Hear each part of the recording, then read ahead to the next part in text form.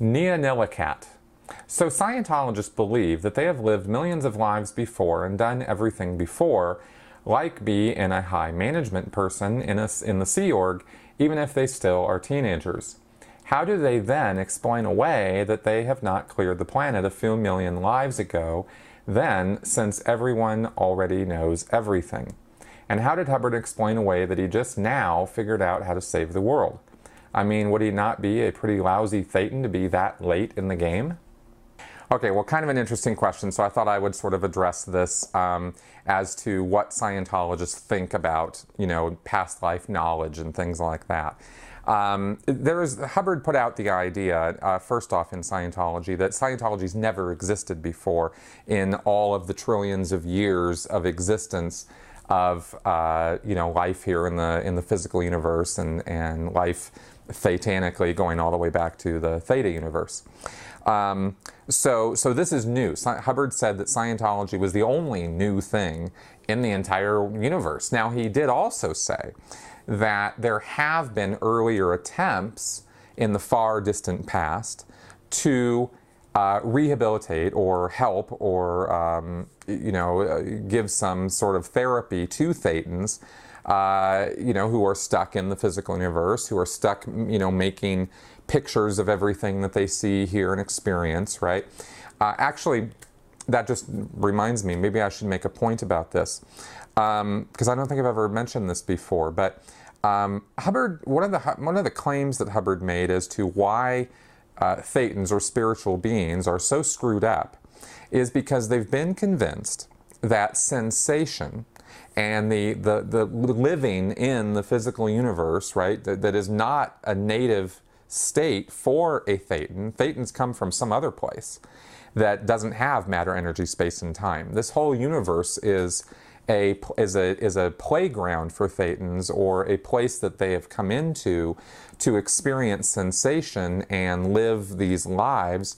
And originally, there weren't even bodies. They were just playing around with, throwing planets around and stuff. I don't even know. But anyway, he said that that the thing that keeps Thetans so involved in the physical universe and that they are become addicted to, in a way, is sensation, right? Is the idea of experiencing life through a body and being able to feel and hear and touch and sense things that way, because that's not how Thetans actually normally act and how they experience things. Hubbard talks about the fact that a Thetan will know about something or experience something by pervading it and just being it, which is a little bit of a different thing than touching it and feeling it and seeing it and smelling it and tasting it.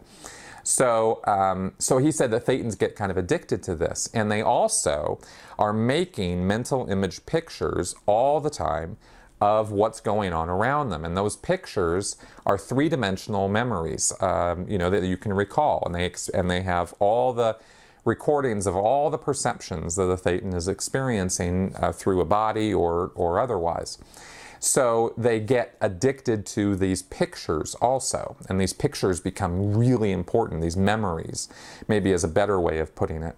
So he said that one of the earlier forms of therapy for Thetans in this physical universe was for another Thetan to come along and just take the pictures away from them, right? Because he says that pictures have mass. They consist of energy. They're created by, or they exist because there's a little bit of energy in each picture.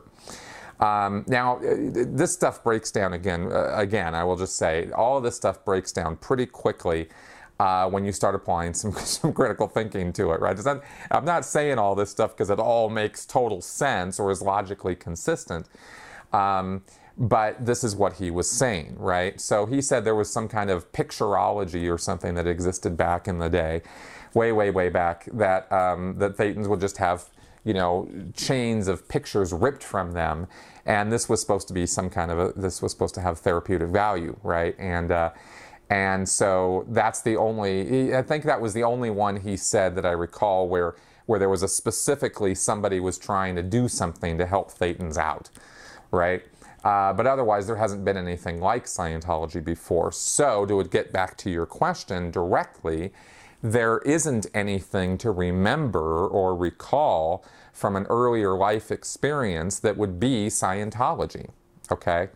Hubbard and the Sea Org and Scientology in general use this idea that you've lived countless numbers of lives in the past. I mean, nearly an infinite number of lives when you look at the fact that it's trillions of years.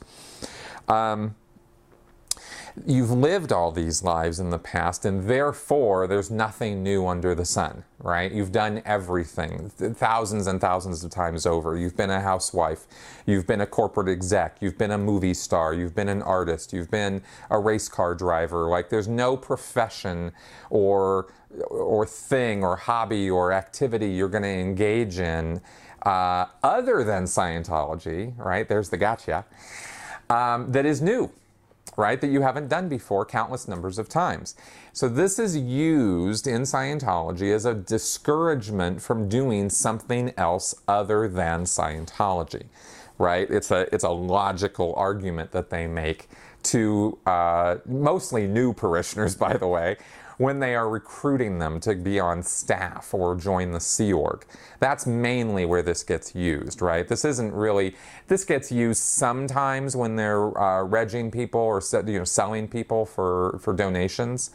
If somebody says, well, look, I don't want to give my money to the church because I've saved it for college, or I've saved it for a house, or I've saved it for this or that. Sometimes the salespeople will go in on that and go, well, you've had houses before, or well, you've gone to college before, or college is, how many times do you have to go to college on your whole track, right? Meaning all the time you've lived before. You've done all that before. What you need to do is invest in yourself, which is investing in Scientology, and that will regain, you'll thereby regain all of your memories from, all your past lives. And it's funny that this actually doesn't get used more, if you think about it, right? Because if Scientology really worked, which it doesn't, but if it did, and if you could gain back all the memories that you had from all the past lives that you've had, or even a fraction of the past lives that you've had, even a small, 0.000.01% of all the lives you've led, right? You would have skill, you'd have mad skills. You'd be able to do anything. Play piano, play musical instruments, act, to fly planes, come up with new inventions. I mean, there'd be it would seem that the sky would be the limit, and yet how many Scientologists are inventing the internet? How many Scientologists are coming up with the next big thing? None of them, right? So, again, it's just another proof that it's all kind of a sham, but you would, and I that's probably why they don't push it so hard, right, within the world of Scientology, that you're going to go in session, and you're going to get all these past life memories back, and you're going to be able to do all these amazing things. They don't push that line because, of course, it's demonstrably true that nobody's doing that. So that hasn't been a real solid effect of Scientology.